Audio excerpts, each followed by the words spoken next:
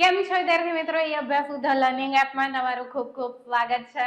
તો આ વિડીયોમાં આપણે જોવા જઈશું ફર્સ્ટ યર બીકોમ સેમેસ્ટર 1 માટે બેન્કિંગ સબ્જેક્ટનો સિલેબસ. બરોબર, બેન્કિંગ કયું? જેમનું ક્રેડિટ 4 હશે. બરોબર, તો વ્યવસ્થિત તમારા કોલેજમાં બેન્કિંગ હોય અને તમે સિલેક્ટ કરેલું હોય તો વ્યવસ્થિત પૂછી લેજો પ્રોફેસરને, અમારું બેન્કિંગ ક્રેડિટ 4 છે, ક્રેડિટ 2 છે.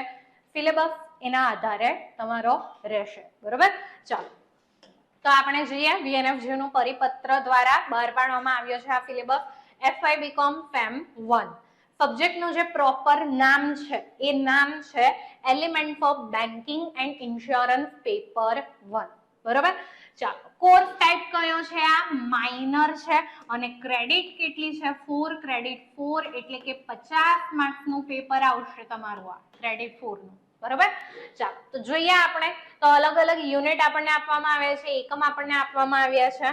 કયા કયા છે? તો યુનિટ 1 માં આપણે ભણવાનું રહેશે ઇન્સ્યોરન્સ વિશે, એટલે કે વીમા વિશે. બરોબર, તો વીમા વિશે આપણે બધું જોવાનું છે. વીમો શું છે, એનું મહત્વ શું છે, એનું કાર્ય શું છે, કાર્યક્ષેત્ર શું છે, એના સિદ્ધાંતો શું છે, આવા અલગ અલગ ટાઈપના એના પ્રકારો કયા છે, તો આવા અલગ અલગ ટાઈપની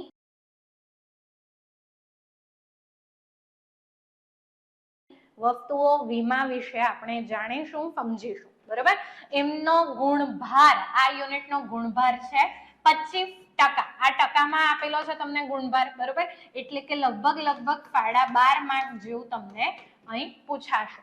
બરોબર, આ યુનિટમાંથી.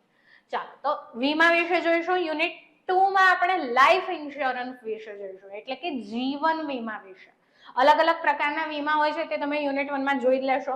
તો યુનિટ 2 માં જીવન વીમા વિશે આપણે જાણીશું કે ભાઈ શું છે જીવન વીમો, એના ફાયદા કયા છે, એની પ્રક્રિયા શું છે જીવન વીમા માટેની. તો આવી અલગ અલગ વસ્તુઓ જોઈશું. એનો ગુણભાર કેટલો છે? 20%, એટલે કે 5 માર્ક્સ નું અહીંયાથી પૂછાશે. સોરી, 5 માર્ક્સ નું નહીં, 10 માર્ક્સ. બરોબર, યુનિટ 1 અને 2 ભણવા માટે પણ કામના છે અને પ્રેક્ટિકલી પણ તમને કામ લાગશે. તો વ્યવસ્થિત રીતે અહીંયા સમજી લેજો, એટલે તમને પણ ઇન ફ્યુચર ખબર પડે કે હવે આપણે કયો વીમો લેવાનો છે, કેવી રીતે લેવાનો છે. બરોબર, ચાલો યુનિટ 3 માં આપણે શું જોવાનું છે? મરીન ઇન્સ્યોરન્સ, એટલે કે ગુજરાતીમાં કહીએ તો દરિયાઈ વીમો. બરોબર, procedure of taking marine insurance, આ બધા અલગ અલગ દરિયાઈ વીમાનો આપણે બધું અહીંયા જોઈશું. એનો ગુણભાર કેટલો છે? 15%, એટલે કે 7.5 માર્ક્સ જેવું અહીંયા તમને પૂછાશે. બરોબર, ચાલો યુનિટ 4 એકમ 4 માં આપણે જોવાનું છે ફાયર ઇન્સ્યોરન્સ વિશે, એટલે કે અગ્નિ વીમા વિશે. બરોબર, એનો ગુણભાર પણ કેટલો છે? 15%, એટલે કે 5.5 માર્ક્સ જેટલું આમાંથી પૂછાશે.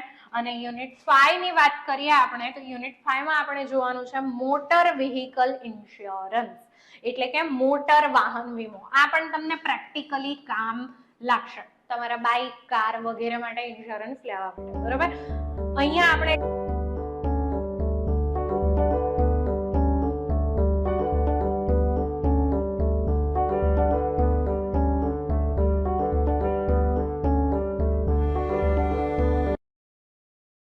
ડેફિનેશન જોઈશું. 3 types of motor insurance. Motor ઇન્સ્યોરન્સના 3 પ્રકારો અહીંયા જ કહી દીધું છે. બરોબર, તો એ 3 પ્રકારો આપણે જોઈશું, એના વિશે માહિતી મેળવીશું અને આપણે સમજીશું એને. આનો ગુણભાર પણ કેટલો છે? અહીંયા 15%, એટલે કે 5.5 માર્ક્સ જેવું આમાંથી આપણને આવી શકે છે. યુનિટ 6 માં આપણે ભણવાનું છે પ્રાઇવેટાઇઝેશન ઇન ઇન્સ્યોરન્સ. તો ઇન્સ્યોરન્સનું થોડું ઘણું આપણે માર્કેટનો પણ ખ્યાલ લઈ લઈશું. ઇન શોર્ટ તમને કહું તો પહેલા ફક્ત કેવું સરકારી સંસ્થાઓ હતી વીમા આપવા માટે, જેમ કે સૌથી વધારે જે છે તે એલઆઈસી, આપણને ખબર છે. પ્રાઇવેટાઇઝેશન ઇન ઇન્સ્યોરન્સ એટલે કે વીમા ક્ષેત્રમાં ખાનગીકરણ, એ વિશે આપણે જોઈશું. એનો કન્સેપ્ટ શું છે, એના ફાયદા શું છે, એના ગેરફાયદા શું છે, કેવી રીતે થયો, થોડું ઘણું તમને ઇન્ડિયામાં કેવી રીતે ખાનગીકરણ થયું એ કદાચ તમને આમાં કહેવામાં આવે. ઠીક, આનો કેટલો ગુણભાર છે? તો 10%, એટલે કે 5 માર્ક્સ જેટલું આમાંથી આવી શકે છે.